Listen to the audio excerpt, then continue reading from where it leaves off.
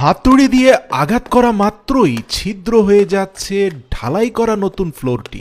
জাপানের construction engineer mister ওজোয়ার আবিষ্কৃত এই টেকনোলজি পাল্টে দিয়েছে পুরো বিশ্বকে। তার এই আবিষ্কার দেখার পর আমি উপলব্ধি করতে পেরেছি কেন পুরো বিশ্বের সবচেয়ে বুদ্ধিমান বা ইন্টেলিজেন্ট মানুষ বলা হয় জাপানিদেরকে।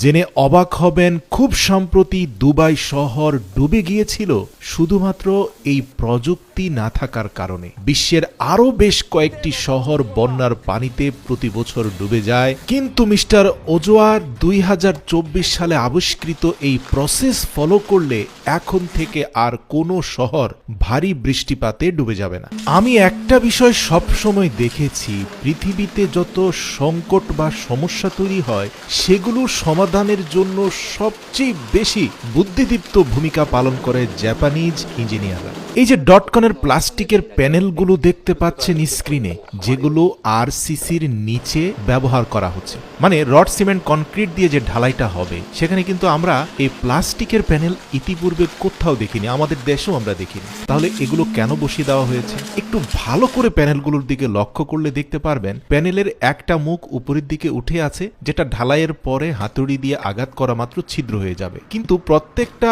ছিদ্রের সাথে অপর ছিদ্র পর্যন্ত নিচ দিয়ে একটা ড্রেনেজ লাইন আছে। এই প্যানেলগুলো বসিয়ে দিয়ে তার উপরে পাথরের ঢালাই দিয়ে ঢালাই করে ফেললে সেই ঢালাইয়ের স্ট্রেংথ এক বিন্দুও কম হবে না। ভালো করে দেখুন, মধ্যখানের স্কোয়ার শেপের ভিতরে পর্যাপ্ত ঢালাই ঢুকে যাবে, এমনকি কানেক্টিং প্যানেলের উপরেও অন্তত আরো 2.5 থেকে 3 ইঞ্চি ঢালাই রডকে ঢেকে দেবে। একে তো আপনার ঢালাই খরচ কমে যাচ্ছে, কনক্রিট এবং সিমেন্টের খরচ বেঁচে যাচ্ছে।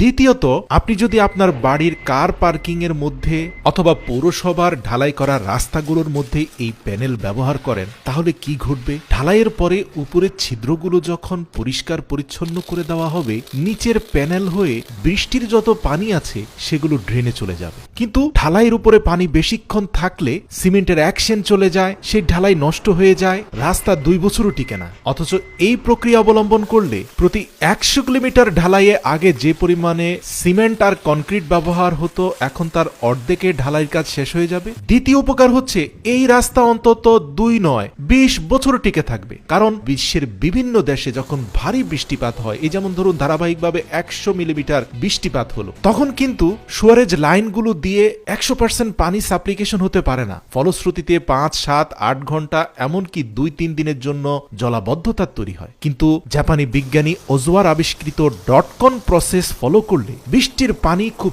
সহজেই বিল্ট ইন ডটকন প্যানেল হয়ে ড্রেনে চলে যাবে। এটা এত চমৎকার এবং নিখুঁতভাবে ডিজাইন করা হয়েছে যে এই ছিদ্র দিয়ে কোনো ময়লা আবর্জনা আটকালেও সেটা খুব সহজে হাত দিয়ে পরিষ্কার করে ফেলা যায়। তাছাড়া আপনি যদি আপনার বাড়ির গ্যারেজে এই প্রক্রিয়া ঢালাই দেন, তাহলে গ্যারেজে নিয়মিত গাড়ি ধুলেও সেই পানি গ্যারেজের ফ্লোরের কোনো ক্ষতি করতে পারবে না, কারণ পানি এত দ্রুত পাস হয়ে যাবে যা বলার বাইরে। হাঁটা চলার জন্য এই ছিদ্রগুলো যদি আপনার কাছে বাড়তি ঝামেলা মনে হয়, চাইলে পাথর দিয়ে ছিদ্রগুলোকে ভরাট করে দিতে পারেন, তাহলে পাথরের ফাঁক দিয়ে পানি চলে যাবে ঠিক, কিন্তু পাথরের উপর দিয়ে আপনি দিব্যি সুন্দরে হাঁটতে পারবেন, আর জিনিসটা দেখতেও খুব অ্যাস্থেটিক লাগবে।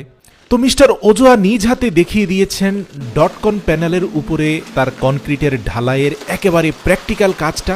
আপনারা দেখতে পাচ্ছেন ঢালাইগুলো ঢালার পরে অনেকটা আমাদের দেশীয় ট্রেডিশনাল স্টাইলে হ্যান্ড ডিভাইসগুলো দিয়ে ঢালাইকে খুব চমৎকারভাবে ফিনিশিং দেওয়া হচ্ছে। ব্যবহার করা হচ্ছে ভাইব্রেটর, স্ম্যাশার, ফিনিশার, সব কিছু দিয়ে পারফেক্টলি পুরো ঢালাইয়ের কাজ শেষ করার পরে 2 থেকে 3 দিন পরে হাতুড়ি দিয়ে একটু প্রেস করা মাত্রই ছিদ্রগুলো পরিষ্কার হয়ে গেছে। এরপর আরেকটা গ্রাইন্ডার মেশিন দিয়ে ছিদ্রগুলোকে পারফেক্ট শেপে নিয়ে আসা হয়েছে। এরপরে পানি ছিটিয়ে দেওয়া মাত্রই দেখতে পাচ্ছেন কত দ্রুত প্রত্যেকটা ছিদ্রপথ দিয়ে পানি ড্রেনে চলে যাচ্ছে। প্রিয় দর্শক, ভিডিওর শেষ মিস্টার ওজোয়াকে দেখুন, কতটা সাদাসিধা একজন মানুষ। ইতিমধ্যে তিনি কয়েক মিলিয়ন ডলার কামাই করে ফেলেছেন। তার টার্গেট হচ্ছে তিনি বিলিয়নিয়ার হবেন। ইতিমধ্যে ইন্দোনেশিয়া, দুবাই সহ বিশ্বের বিভিন্ন দেশের দূতাবাস থেকে তার কাছে অনেকগুলো কাজের অর্ডার এসেছে। তাকে অনেক বেশি পরিমাণে ডটকন ম্যানুফ্যাকচারিং করে সাপ্লাই করতে হবে বিশ্বের বিভিন্ন দেশে, এবং এর থেকে উপার্জিত সকল অর্থ কিন্তু আয়েশি জীবন যাপনে ব্যয় করবেন না। তিনি এমন একটা ইয়াতিমখানা খুলবেন যেখানে কোনো ইয়াতিম শিশু শিক্ষাহীন, খাদ্যহীন, অর্থহীন জীবনযাপন করবে না। শিশুদের জন্য একটা সুন্দর ভবিষ্যৎ তিনি রেখে যেতে চান। এবার বুঝতে পেরেছেন কেন আল্লাহ তাআলা তাদেরকে দুনিয়াবি এত নিয়ামত দিচ্ছেন? বুঝতে পেরেছেন কেনই বা তাদের মেধা এত বেশি? মনে রাখবেন, একটা সুন্দর মন ছাড়া আপনার সকল মেধাই মূল্যহীন।